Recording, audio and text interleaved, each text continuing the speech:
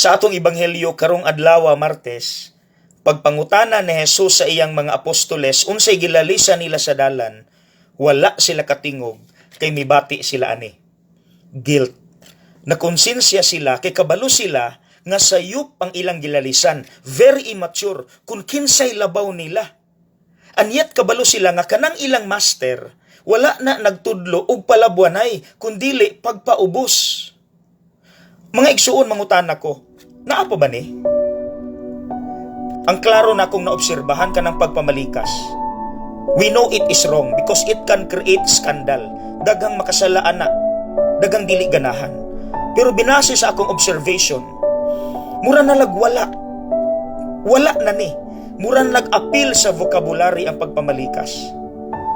Just imagine, kung kanang pagpangawat, pagpanikas o pagsukol sa ginikanan, wala na ni, pagkahadlok mga igsuon. Munang niining taknaa kani atong pamalandungan. Palihog da ko sa pagtagsa-tagsa sa atong mga batasan.